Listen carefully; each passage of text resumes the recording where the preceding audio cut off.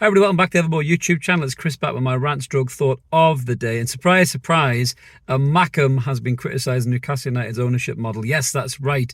The former Sunderland owner, Sir Bob Murray, who I think was the owner from the 80s to 2006 when he was bought out by Niall Quinn in a consortium, has been saying Newcastle United are in danger of losing their soul by being bought by the PIF of Saudi Arabia. It's been an article put up in the Mirror by Simon Bird, and it's just another, play the humanitarian card and take pot shots at Newcastle piece, in my opinion. I understand some of the stuff that Bob Murray is saying, I really do, but just breaking this down a little bit, losing its soul. I've never seen this club and this fan base more united than I have in the last couple of years since this takeover has gone through. The atmosphere in the stadium, the atmosphere around the city, the togetherness of the Newcastle United fans, the buzz, the feeling, everything is just dialed up to 1,000 in terms of that fan base being on the same page as each other. So losing their soul, I'm not quite sure that is the case, Bob. I think, as a matter of fact, Newcastle United's soul in terms of the supporters has never been stronger.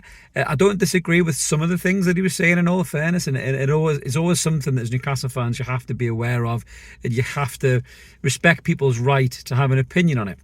Now, where I draw the line, in all fairness, is as he's a Sunderland man or an ex-Sunderland owner, I think a lot of this has been done through the veil, the thin veil of bitterness, really. That I've got no doubt in my mind that if these guys had rocked up to the stadium of shite with a bag full of cash and said, "We'll buy you lot," that Bob Murray would have rolled out the red carpet, sorted them out with some nice caviar and some champagne and everything else, and got that deal done. So part of it is a bit hypocritical, in my opinion. I don't think that he would have knocked it back if they went to buy Sunderland instead of Newcastle. So that's the bit I can't really get away with. All these football owners who take pot shots at the PIF's wealth, and then start talking about the human rights record and how they're an evil regime and all this other stuff as well, which a lot of it is. There is truth in it. Saudi Arabia doesn't sound like a very nice place in terms of some of the rules and laws that they have in place, very archaic. And don't belong in 2023. I'm not going to go into them. I don't profess to know them back and forth like a lot of these people probably will do.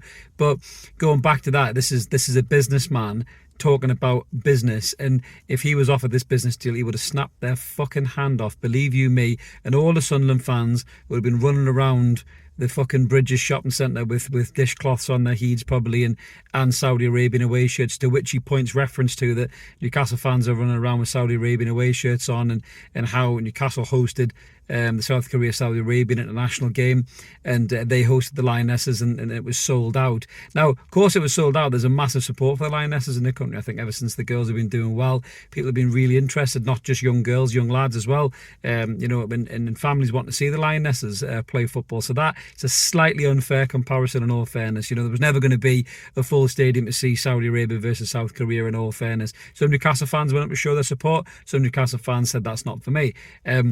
And that's their right as supporters. But this whole human rights thing is never going to go away. It's always going to be something that comes back to get us with. Even Eddie Howe in his press conference, when he was asked about the Sycamore Gap tree, and he gave an opinion on it and said it's really sad, it means a lot to people locally.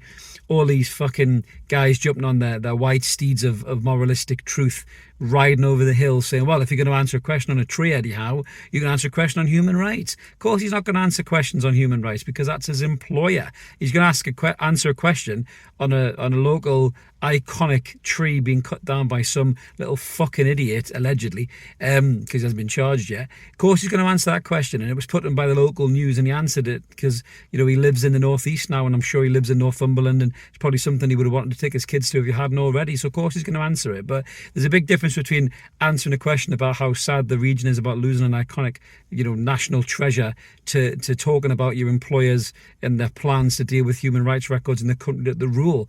He's not going to answer that. Nobody would do that because you'd lose your fucking job. A lot of these journalists who are working for newspapers as well, that are funded by Russian oligarch money, I don't think they're going to fucking question their employees either. Yeah, so it's double standards and it's hypocrisy at its finest. And going back to the whole situation as well about the ownership of the club, Bob Murray says it took a war before people started questioning the Chelsea ownership. Partly true, but the very media that were writing about Chelsea Football Club when they were winning all their trophies, like I say, had Russian influence in their businesses right at the top level. So they were never going to criticise the Chelsea ownership. So there you go. That's what rolls around. And sadly, Bob Murray, football has become such a behemoth that it's eaten itself. That only just grotesque levels of wealth can take football clubs to levels that they want to be at. There's clubs going out of business. We saw this week Sheffield United and Scunthorpe owners saying they're putting no more money in because they probably haven't got any more money to put in. Football is a costly business, and sadly, that's why the people with the most money come and buy football clubs, and that's why Saudi Arabian wealth is here. That's why Russian wealth has been here for years. So live in the now, Bob Murray. Don't live in the fucking past. Stop being a bit of Mackem. That's my thoughts on that. So if you like this kind of thing, guys, smash subscribe, like the video, be a member if you fancy it. Have a cracking day wherever you are. We'll see you later. Cheers, bye.